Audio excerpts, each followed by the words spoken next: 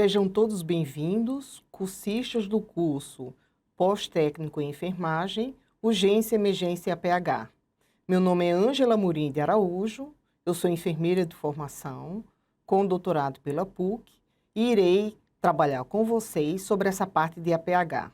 Muitos dos que fizeram a opção para acompanhar a especialização pós-técnica em Urgência, Emergência e APH tem realmente uma predileção pela parte do pré-hospitalar e da parte de emergência.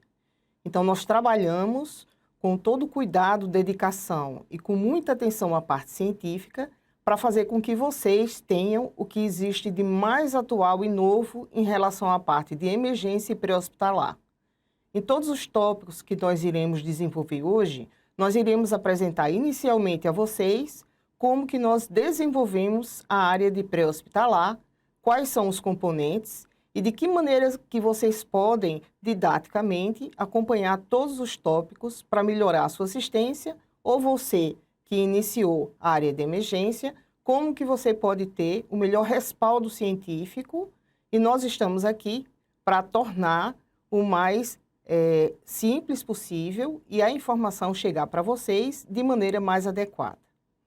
Bom, nós vamos verificar que a partir desses informes, essa assistência do pré-hospitalar, ela traz um conhecimento que é necessário para reduzir, segundo dados do COFEN, o risco de iatrogenias e de complicações que são inerentes à assistência ao paciente. Na área de emergência, é muito importante que o técnico em enfermagem ele venha se preparar para minimizar o risco de oferta de maneira não adequada a esses pacientes que trabalham com essa área. Para tanto, essas imagens, elas nos remetem ao que realmente é muito importante fazer quando você vai atender esse paciente. Então, enquanto técnico em enfermagem, esse será o foco principal dos nossos dados. Nós temos de maneira muito delineada quais são as funções no atendimento pré-hospitalar. E você que está no pré-hospitalar, muitas vezes tem dúvida. O que é que realmente é a minha função?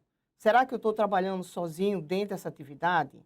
Então, nesses itens que nós deixamos aqui bem separados, no diapositivo ele apresenta as seguintes informações, que é muito importante que seja prestada uma assistência adequada às vítimas acometidas, principalmente em emergências clínicas, que nós sabemos que esse vídeo ele vai estar atendendo a todo o país. E cada região ela tem uma característica muito peculiar durante seus atendimentos. Nós teremos algumas regiões do país que terão mais emergências clínicas e outras que atendem muito mais emergências traumáticas, entre outras.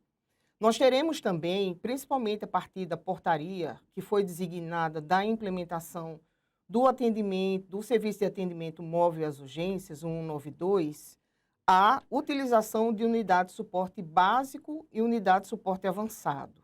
Em muitas regiões, nós temos técnicos, enfermeiros e condutores, em outras regiões, médicos, enfermeiros e condutores, que nós iremos discorrer em relação a isso. O primeiro atendimento ele é de extrema importância, porque ele realmente vai fazer a diferença para fazer com que esse paciente sobreviva sem sequela, ou ele venha a óbito. Então, esse preparo do profissional que se encontra na assistência, ele também tem que compreender para que local que ele deve encaminhar esse paciente. Por exemplo, o primeiro atendimento, muitas vezes você vai estar atendendo em via pública, vocês vão estar atendendo em locais do trabalho dessa vítima, em algumas instituições, empresas, e muitas vezes vocês podem até fazer essas transferências também, ou próxima região de um hospital que não é o hospital específico. E isso é bem importante para que vocês observem de maneira adequada quais são os encaminhamentos para que, de acordo com a legislação, vocês possam observar quais são as tripulações que são e que devem participar do atendimento dentro da ambulância do SAMU e o que é a função de cada um. Bom, no diapositivo a gente fala principalmente da unidade básica da USB, que é a unidade de suporte básico. Essa unidade de suporte básico ela tem sido uma das unidades que vai inicialmente fazer o atendimento. Por isso que o técnico em enfermagem e a sua equipe, eles têm que estar bem preparados. Para isso, precisa que sejam discutidos protocolos, é necessário que exista uma discussão em relação a todos os atendimentos que são ofertados à população. Na viatura de suporte básico de vida, nós temos o condutor, o técnico em enfermagem e, em algumas situações, o enfermeiro.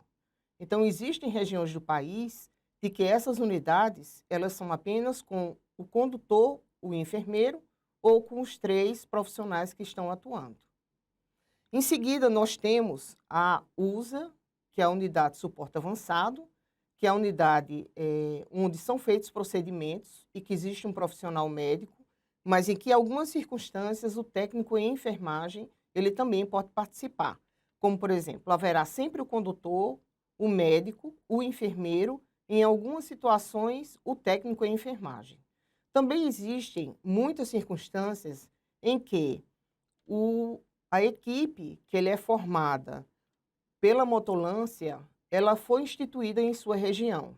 Se você é um técnico em enfermagem e trabalha na motolância, esses tópicos, eles também fazem parte da sua formação, para que você entenda a constituição de cada elemento do atendimento pré-hospitalar e que você também compartilhe o que é importante e decisivo para as suas intervenções dentro do atendimento em via pública. As motolâncias, elas também fazem parte do corpo de profissionais que trabalham.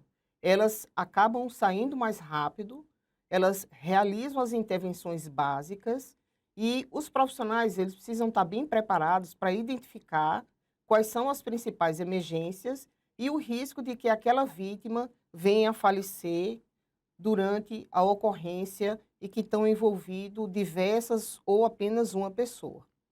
Então, partindo desse princípio, nós conseguimos compreender que a equipe multiprofissional ela tem que ter muitas habilidades. Alguns cursos são preconizados para quem trabalha no pré-hospitalar.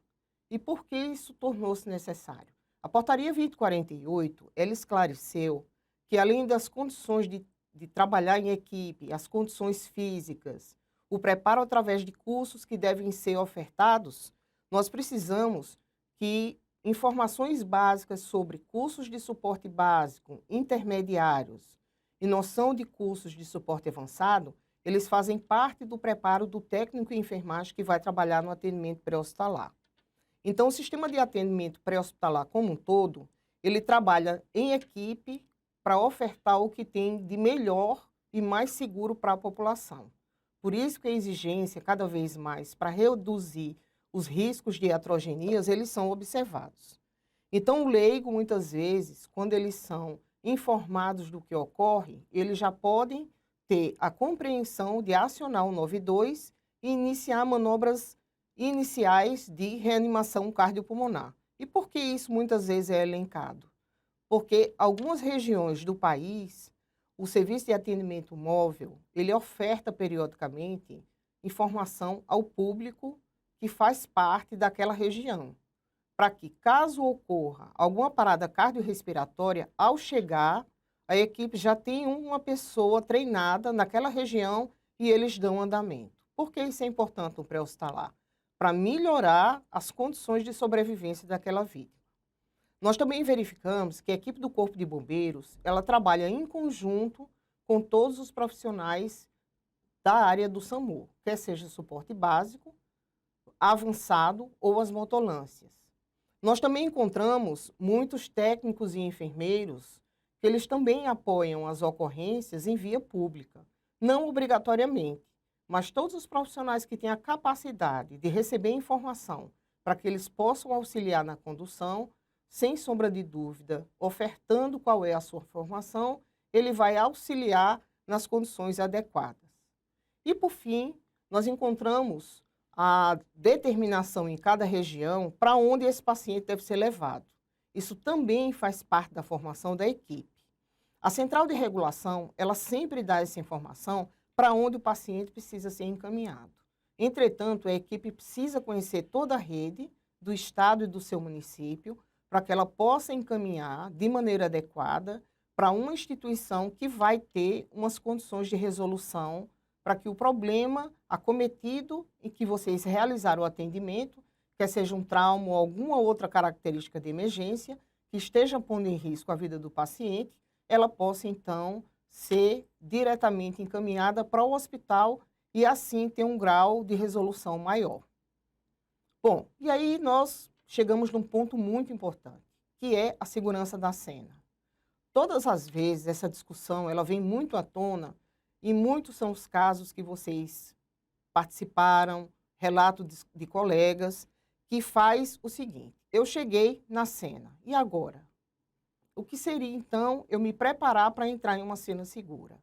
Nós observamos que todas as vezes que tem um paciente, até nós chegarmos nessa situação, é importante de que nós verifiquemos de que essa cena eu posso acessar, não tem risco de desabamento, não tem risco de eu ser alvejada, caso exista um tiroteio, não tem risco de explosão, não estou em uma via pública que não foi sinalizado. Então, esses são alguns dos tópicos que eles são de extrema importância para que a gente consiga fazer com que vocês acessem a cena e o local do acidente ele possa ser seguro o suficiente para que nenhum dos profissionais envolvidos ele também se acidente.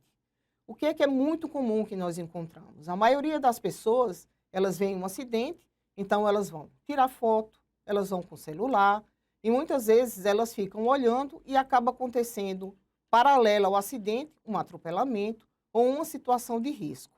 Então, quando a gente fala de segurança de cena, todos os profissionais que trabalham com pré-hospitalar, eles precisam entender que a condição de acesso à vítima, ela precisa estar em condições de que você acesse sem que você e sua equipe seja colocado em risco.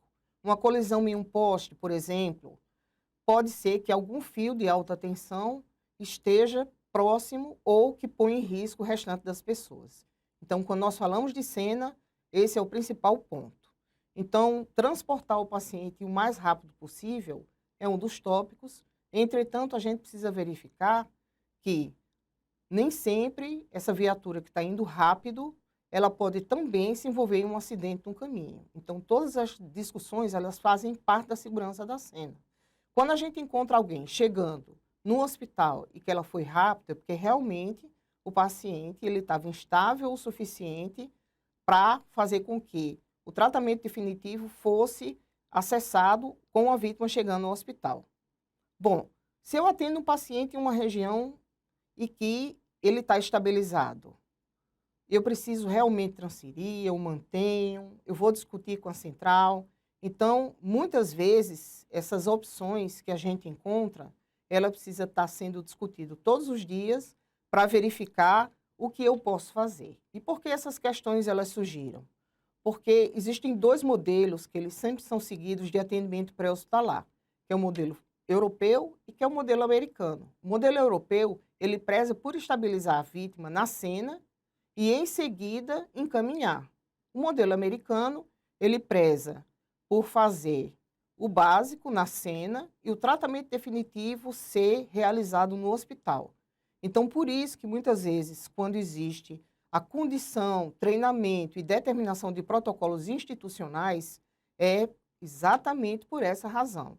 Então, você que trabalha no SAMU de sua região em todo o país, converse com a direção do seu serviço e verifique. Por que vocês sempre pedem para retirar da cena? É só porque eu não tenho as condições ou porque foi o modelo conceitual do seu SAMU? Então, isso precisa ser realmente discutido para que a gente consiga verificar que os protocolos eles estão adequados com as teorias que estão sendo conduzidas dentro do seu serviço.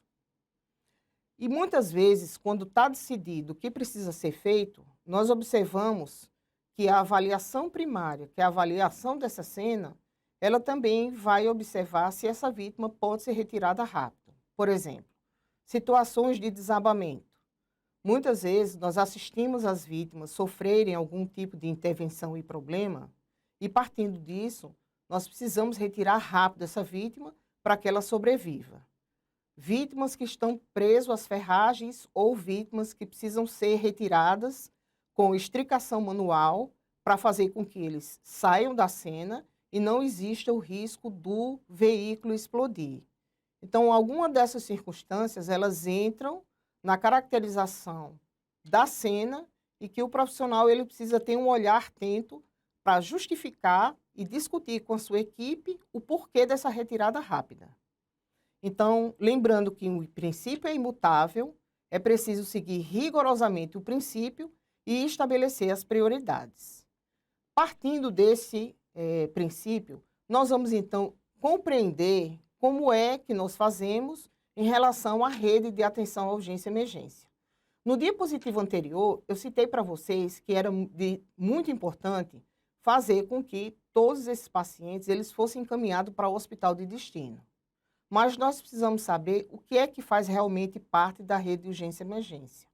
Foi discutido em aulas anteriores sobre as portarias, que elas definiam a RUI, que é a rede de urgência e emergência, e quem fazia parte. Então, novamente pontuando em relação a quem faz parte, para que, como APH, nós possamos inserir essas informações que elas fazem parte do contexto de quem trabalha no APH.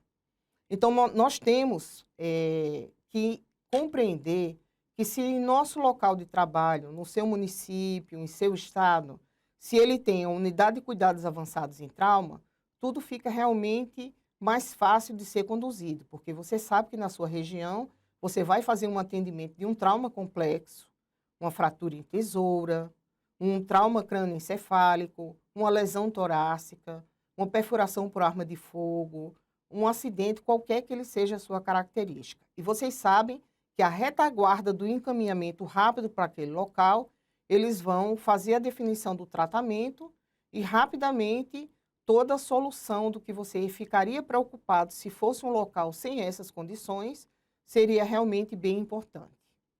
Nós temos, então, as unidades de pronto atendimento, porque elas realmente hoje, elas fazem as atividades que a atenção primária, muitas vezes, ela já chegou a fazer quando foi instituída.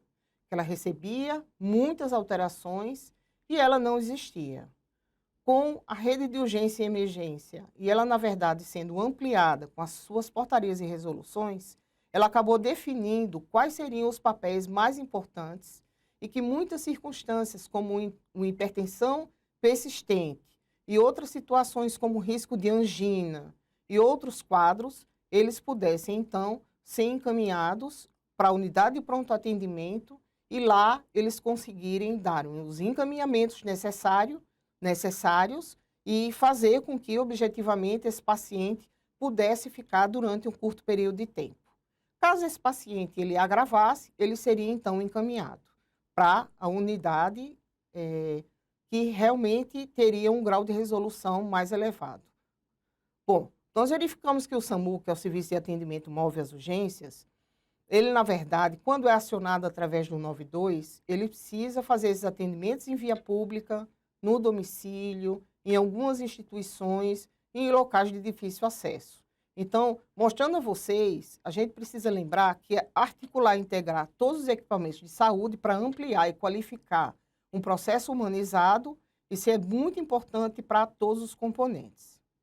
Então, esses componentes que fazem parte do atendimento das urgências e emergências, eles têm alguns pontos que eles são necessários para definir a parte de APH, como, por exemplo, desenvolver ações de educação em saúde permanente. Isso faz parte dos componentes. E por isso que muitas vezes o serviço do SAMU, eles têm o seu NEP, que é o Núcleo de Educação Permanente. E o que é que eles trazem de resolução?